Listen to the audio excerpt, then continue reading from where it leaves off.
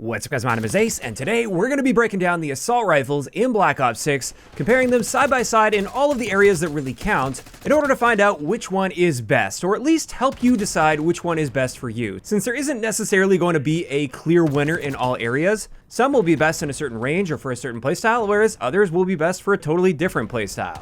So without further ado, let's dive right into this with our range and time to kill comparison. And the first thing I want to point out with all of the assault rifles, it might look really weird if you're looking at the advanced stats. Their maximum damage ranges are very short. In fact, they're often much shorter than SMGs, which may seem really odd if you're just looking at that.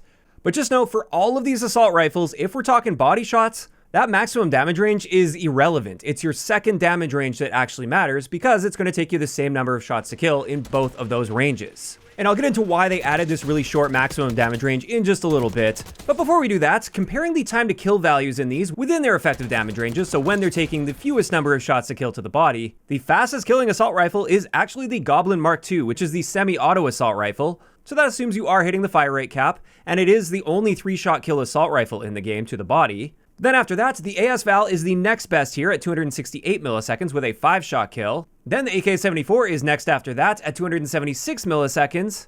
Then for both the Model L and the XM4, they have the same time to kill at 300 milliseconds, although the Model L is a 4-shot kill with a slower fire rate compared to the XM4, which is a 5-shot kill. Then after that, the Ames 85 kills in 320 milliseconds, and finally, the slowest killing assault rifle right now is the GPR 91 at 336 milliseconds.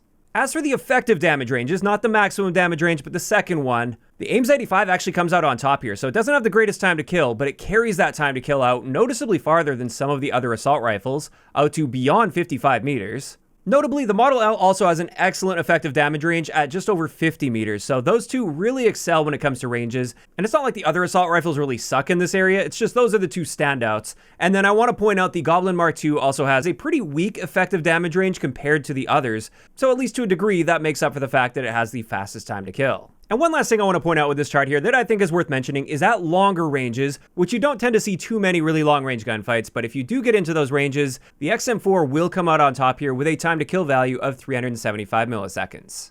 Now, so far, we've only been looking at body shots with these assault rifles. Now, let's talk headshots, because they did actually get a notable buff from the beta build of the game, and headshots can actually make a difference by mixing them in with body shots. So let's have a look at the chart here. Hopefully this isn't too complicated, but the main thing I want to point out here is in that maximum damage range, that really short range they added up close, for all of the assault rifles aside from the AS Val, we can mix 2 headshots in with body shots in order to reduce the number of shots to kill within that range. The AS Val, on the other hand, will take 3 headshots mixed in with body shots to cut that down. But I left the time to kill values there so you can see how fast we can potentially kill with these guns if we are landing multiple headshots mixed in with body shots right up close and personal.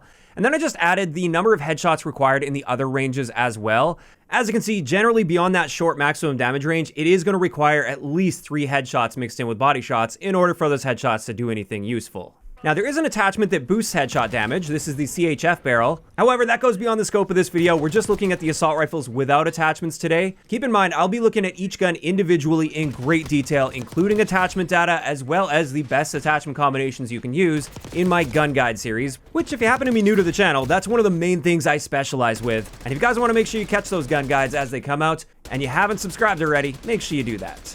And now this is a good time to start looking at our recoil comparisons with all of these assault rifles to see how they stack up against each other, as well as what kind of recoil patterns they have. And you can also keep an eye on the visual recoil of each of these guns in the background as they're playing. And then once these clips finish playing out, I will show you guys the side-by-side comparison, which, as we can see here, with the XM4, we've got quite a bit of horizontal recoil. I mean, the initial shots generally kick upward with a slight lean to the left, and then it cuts quite hard to the right. So you really want to try to secure your kill before it starts cutting to the right. The AK-74 is kind of similar, actually. It kicks almost straight upwards for the first 10 or so shots before it starts taking off a little bit more to the right. The Ames 85 has sort of a mirrored recoil pattern compared to the XM4, so it starts upward to the right, and then it'll cut pretty drastically over to the left. The GPR 91 kicks almost straight upwards. There's a little bit of a zigzag there, and it does slightly lean to the left, but there's really not much horizontal recoil, although there is the most vertical recoil out of all of the assault rifles. Vertical recoil is generally much easier to control, though. Then with the Model L, it's got quite a bit of a zigzag pattern to it, and also a fairly high magnitude of vertical recoil. The Goblin Mark II doesn't have much recoil. I mean, it's a semi-auto, so typically you would see less recoil with the semi-auto. However, if you pay close attention, there is a pretty big jump between the first and second shot fired. And that is quite important, especially for longer ranges if you're fighting against people that are using cover. That second shot will often go above their head. And this just leaves us with the AS val, which pretty much just kicks up and a little bit to the right. So there's your recoil comparison, and that could also help you make some decisions with attachments as well, because some of them definitely need some horizontal recoil attachments, whereas others may excel more with vertical recoil attachments. After that, I did want to give you guys a quick side-by-side look at all of the iron sights with these, just so you guys can see what they look like, how obstructive they are, which ones you may like more than others. Personally, I love that AS val iron sight, as well as the AK-74. I really like those open ones that don't really block your view too much. And therefore, with those two in particular, I don't really see myself using optics all that often, unlike many of the other assault rifles. And now let's talk handling, since this is quite important in this game as well. So let's start it off with our aim down sight time comparison. And there's actually a pretty wide range of aim down sight times by default with the assault rifles. On the faster end, the GPR-91 is just 225 milliseconds and the AS val is just 230 milliseconds. Both of those values are quite fast for an assault rifle historically in Call of Duty, whereas most of the others are right around average in what you'd expect for an assault rifle outside of the AK-74. That one is noticeably slower than the rest at 290 milliseconds, so definitely something to account for. Then when it comes to our sprint out time and tactical sprint out time, keeping in mind there is a bit of rounding involved with tactical sprint out time, it is very difficult to hand test accurately. But with these, they all fall within a pretty similar range of like roughly 180 milliseconds for our standard sprint out time and like roughly 290 milliseconds for our tactical sprint out time. But once again, for a standout here, the GPR-91 is the fastest at 165 milliseconds, whereas again, the AK-74 is the slowest here at 205 milliseconds. But finally, for our handling stats, I want to look at our reload add time. And the reload add time is not the time that they're going to be showing you in the menus. This is our true reload potential, and it excludes any unnecessary animations which can be canceled out. Keeping in mind, this is assuming you aren't using a magazine attachment. I will be covering the mag data in my gun guide series, but not in today's video. That's just a little too much for a video like this. But the big standout here is the AS val. Now, it only has a 20-round magazine, and it has a high fire rate, so you're burning through those mags very quickly. But when you need a reload, it's almost instant. It's just 1.1 seconds, which is extremely fast. Whereas on the slower end, approaching 2 seconds, we've got the Goblin Mark II as well as the AK-74. And this just leaves us with one set of really important stats to look at here for our comparison, and this is our mobility stats. And diving right into our base movement speed, so this is our walking speed without sprinting, all of the assault rifles hover between 4.8 and 5 meters per second, and the two fastest are the GPR-91 and the Goblin Mark II.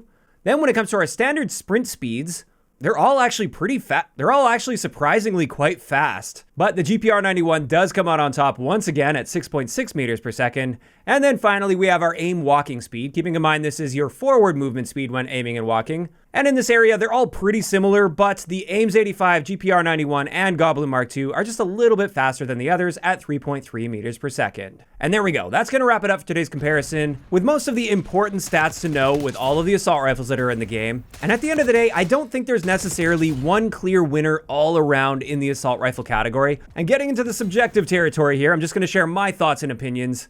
I actually think most of the assault rifles are quite good. I personally really didn't like the GPR-91. That's the one big exception. While it has great handling and mobility stats, it just kills very slow, and I just found that I lose so many gunfights that I would otherwise be winning with other assault rifles. Some of my personal favorites are the XM4, the Model L, and the Goblin Mark II. I am somebody that tends to like semi-autos though. But honestly, I'm happy using any of them aside from the GPR-91. Now, of course, these are just my opinions based on the testing I've done, as well as the limited amount of gameplay time I have with these assault rifles. And this is where I want to know from you guys in those comments down below. What is your current favorite assault rifle in Black Ops 6? Or if you can't pick just one, maybe name your top 3. If you enjoyed this one, a like rating is always appreciated. And don't forget to subscribe for more if you haven't already. I'll talk to you guys next time.